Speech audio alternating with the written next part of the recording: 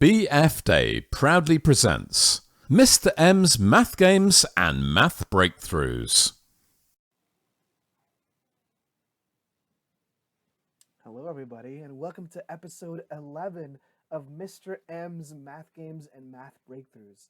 Today we are going to learn how to play the game More or Less Multiplication, which is a really fun game. And then we are going to read a book called Nothing Stopped Sophie. I'm going to read this to us, and then we'll be done with the episode. It should be rather quick today, so let's get right to it. Let's learn how to play More or Less Multiplication.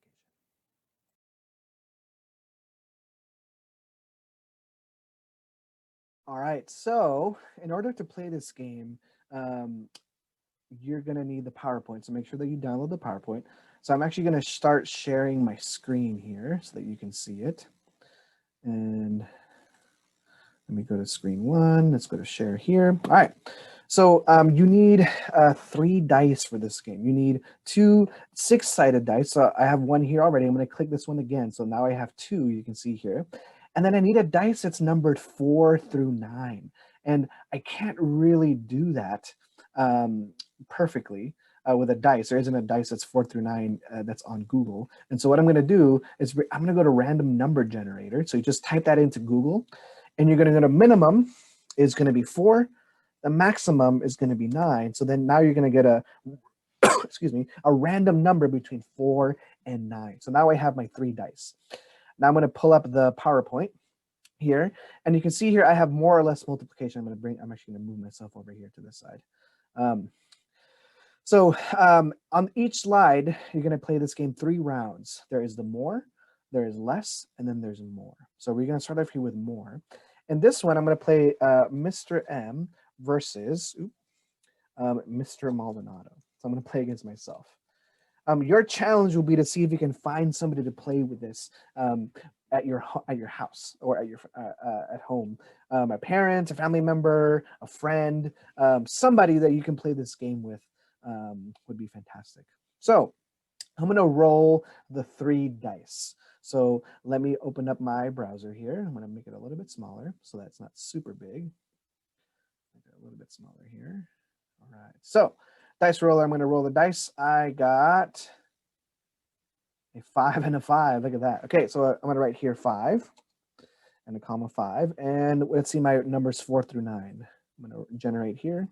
I got a 6. So I got 5, 5, and 6. Now remember, I want to get the biggest number that I can think of. So I have to multiply the first 2 numbers and then multiply it by the last number. So I'm going to do here is I'm going to do, let's do 5 times 6 times, and then the other 5. So I can decide what order I want to do. All right.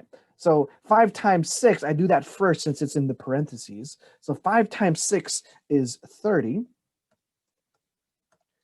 And 30 times 5 is, well, I know that 3 times 5 is 15.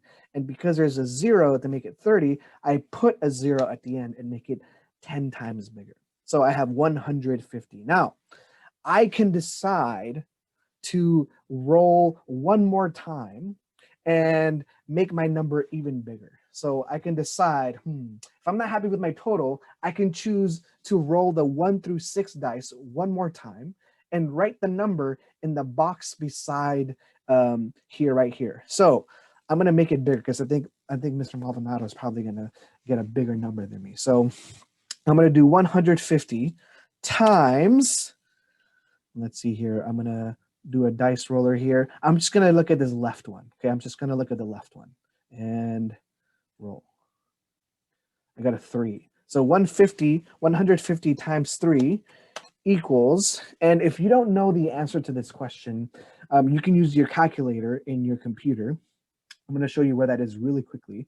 If you go to this browser, if you go to this start button here, you'll scroll down to the C's and you should see something that says calculator. So you can use that to solve it. I'm not going to use it.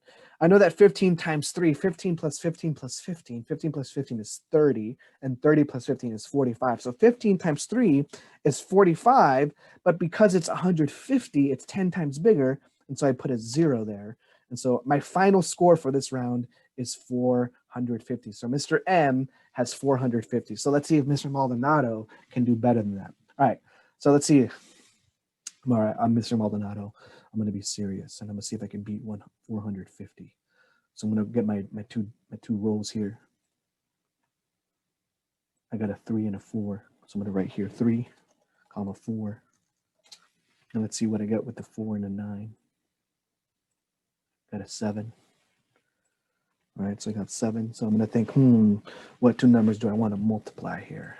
So let's do, I'm going to do 3 times 7 in parentheses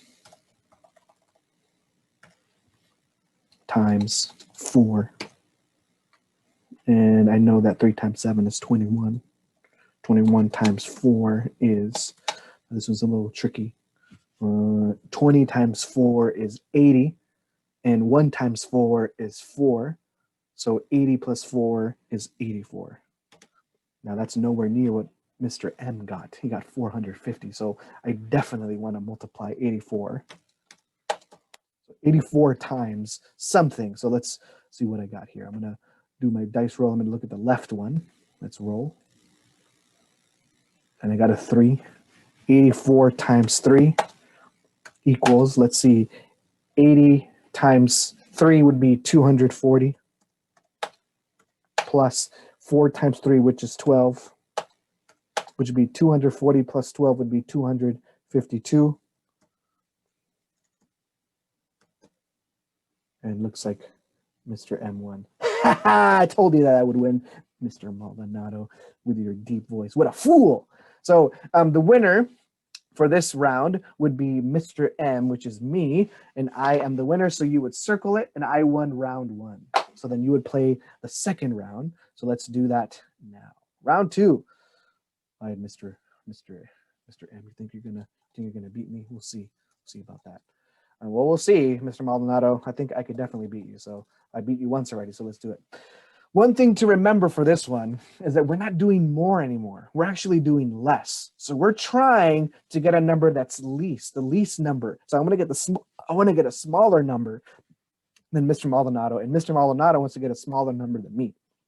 So same situation. Now I'm going to roll the 2 6-sided dice, and I got a 5 and a 1.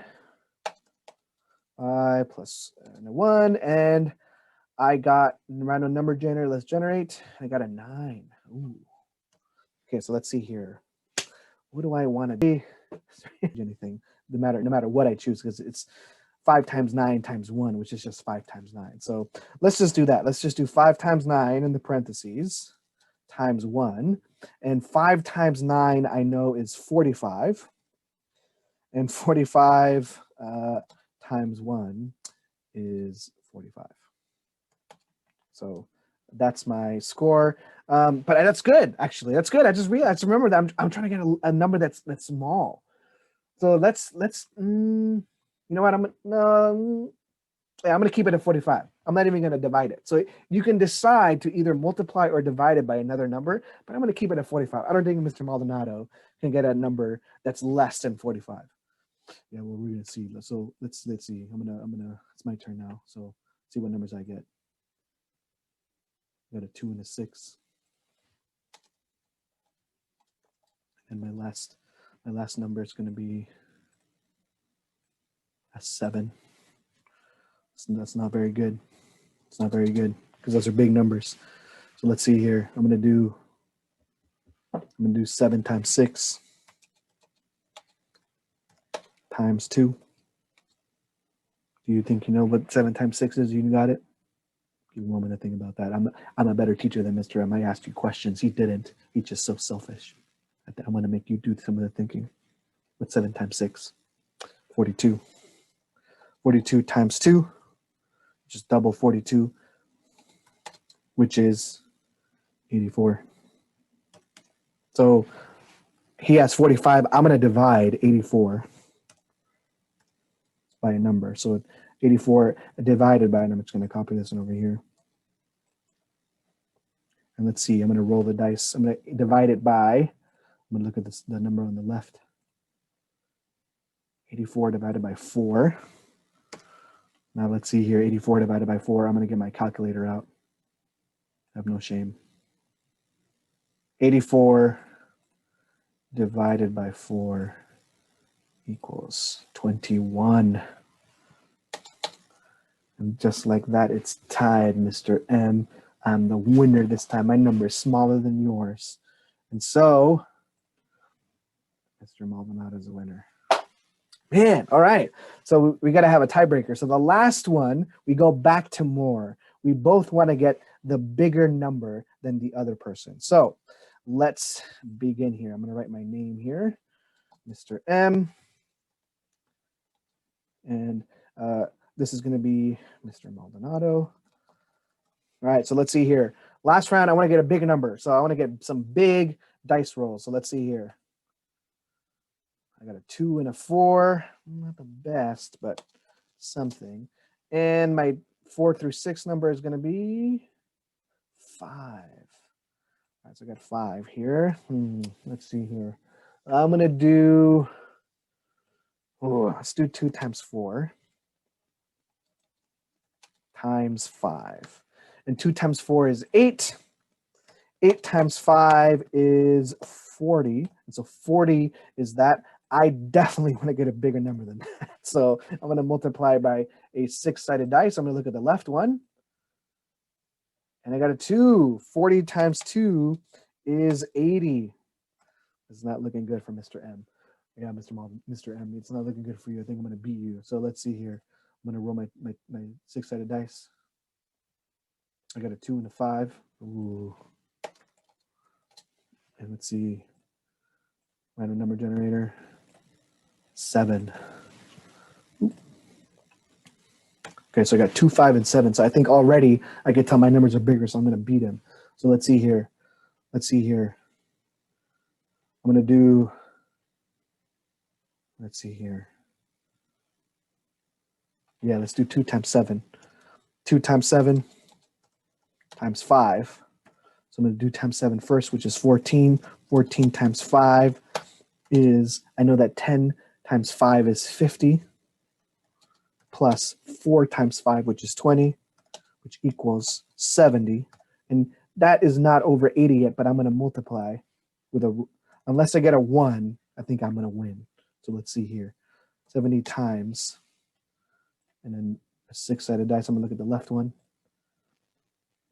I got a 3. 70 times 3 is 210. Look at that, Mr. M. I beat you. Mr. Maldonado with the comeback win. Mr. M's a chump. Doesn't even know how to do it. Look at that. 2 games to 1. Mr. Maldonado is the best. All right. Hope you enjoyed watching that game. I'm now going to read Nothing Stopped Sophie. All righty.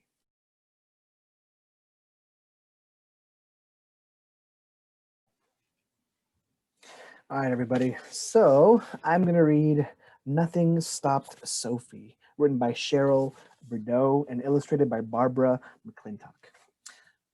So this is based on a true story. Long ago in Paris, a young girl named Sophie Germain understood that math could do more than measure lengths of silk and tally accounts in her father's shop. In those days, people scoffed at girls for thinking about anything more serious than hair ribbons or what music to play on the pianoforte. But nothing stopped Sophie. Telling Sophie not to think about math was like telling a bird not to soar.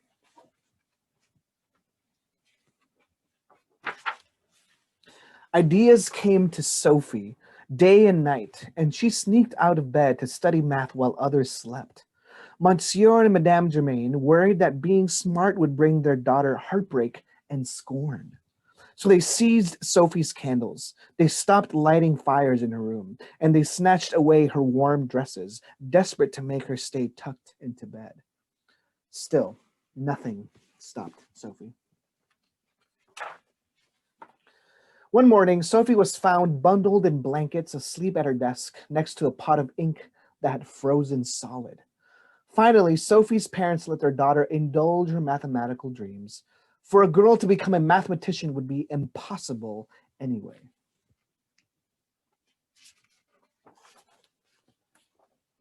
Sophie grew up during the French Revolution, when starving peasants rioted against the rich kings and nobles who feasted on sausages, salads, and sweets. When the streets were unsafe outdoors, Sophie's parents kept her indoors. As cries for equality echoed from the roof tiles, she cherished how math could make sense of the world. Math with its clear and simple laws, math with its strong sense of order, and math which defines when the world is in balance. Curled up in her father's library, Sophie barely heard the distant cannons that rattled the shutters. So even in the midst of chaos, math brought order, and she liked that. Sophie discovered that mathematicians use numbers as poets use letters, as language to question, explore, and solve the secrets of the universe. She read how ancient Greeks wrote equations that made the impossible possible. Water flowed uphill. A lone man pulled mighty ships ashore. A scholar measured the size of the earth. Sophie longed to become a mathematician and write such poems of her own. By the time Sophie was 19, the French Revolution had simmered down, and it was safe to walk the streets of Paris again. Sophie wanted to attend a university, but no professor would read a woman's work. What? So she secretly acquired notes from math classes and sent in homework by mail. She signed her papers, Monsieur Leblanc, which is a man. Then one day, a knock came at the door. Professor Joseph Louis Lagrange had come to meet the mysterious student who sent in extraordinary homework without coming to class. We'll never know who received the greater shock. Professor Lagrange could not have guessed that Monsieur Leblanc was a modest young lady in a ruffled blouse with dark hair and a topknot. And Sophie could not have imagined a visit from a world-famous scholar. Was her dream about to take flight? With Sophie's secret discovered, news of the girl's prodigy, genius, rippled through Paris. Gossips couldn't imagine a girl so smart until they met her themselves. And soon, Sophie's calendar swelled with dinner parties. Everybody wanted to meet her. She hardly knew what to say in these stuffy drawing rooms, surrounded by gawkers and finery. She ached to talk seriously about math, yet no mathematician would take a young lady truly under his wing. Still, nothing stopped Sophie. She kept up her studies. She seized every chance to chat with scholars at luncheons and in salons. Under her pen name, she wrote to one of the most brilliant mathematicians ever, Carl Friedrich Gauss, even wrote back, but his letters stopped coming soon after he discovered that Mr. Leblanc was a woman. At age 32, Sophie witnessed an experiment that revealed the hidden laws of math at work in her everyday world. She saw a scientist sprinkle sand onto a glass plate. As he rubbed the violin bow against the plate's edge, vibrations shook the glass until it rang out with sound. Astonished, Sophie watched the sand dance across the plate. It formed circles, then diamonds, then figure eights. The higher the note, the more quickly the vibrations shook the plate, and the more intricate the sand's pattern became. Suddenly, Sophie realized that every hand knocking on a door, her own boots clicking along the cobblestones, every motion sent vibrations surging through nearby objects, just as waves flowed through water. The rest of Paris was agog too. The prestigious, let me double check that I didn't skip a page. I did not. The rest of Paris was agog too. The prestigious Academy of Sciences offered a medal worth 3,000 francs to anyone who could find a mathematical formula that would predict patterns of vibrations. This information could affect buildings, bridges, and who knew what else. How much vibration was too much? At what point would an object break? Academy scholars called the problem impossible. Their heads spun just thinking about the many ways vibration might move an object. But nothing stop Sophie. Just as math measures how bird wings move up and down during flight, Sophie knew math could measure a surface moving up and down from vibration. She made her best guesses at what would affect this movement. Then she added and subtracted and multiplied and divided. Sophie spent 2 years trying numbers in different combinations to write her equations. Then she submitted her work to the academy, and this time Sophie used her own name. Sophie's work sent shockwaves through Paris. The contest had received only one entry and had come from a 1. Yet Sophie's solution was incorrect. When the Academy extended the contest, Sophie returned to work. For 2 more years, she tested her predictions by vibrating sand on plates. It's a total of 4 years so far. Finally, after thousands of calculations, the sand moved just how Sophie's numbers predicted. Her equation was as precise and eloquent as a poem. Sophie submitted the only entry to the Academy again. This time, scholars agreed that her equation was correct, but they rejected her explanation for why it worked. Still, nothing stopped Sophie. She revised her research and submitted it to the Academy one more time.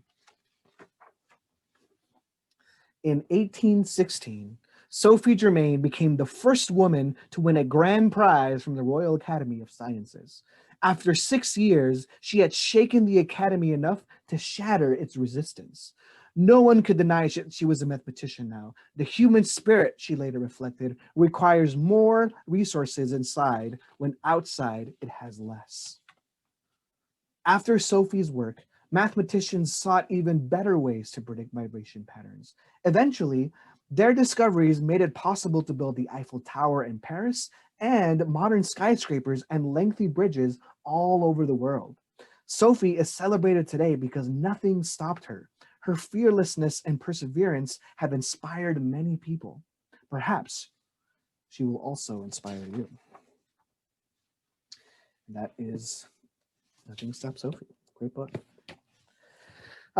So your task today is actually not connected to the book, but what I want you to do, and you just learned how to play a game, and what I want you to do is take a picture of you playing the game with somebody, with a family member. Somebody else can take a shot. You can take a selfie with you playing the game. And I'm going to try to kind of compile all the pictures of people playing the game. But I think it's great to see people working on the, doing math together, having fun with the game. So please send me a picture. The assignment will be on Schoology. So make sure to take a picture of you playing the game. You have until Friday to send me a picture. So you don't have to, I know some of you have to wait until after school to play the game with a family member. So make sure to do that at some point before Friday. And I would love to see all those pictures so that I can share them in a future episode. All right, everybody, good luck and enjoy the game.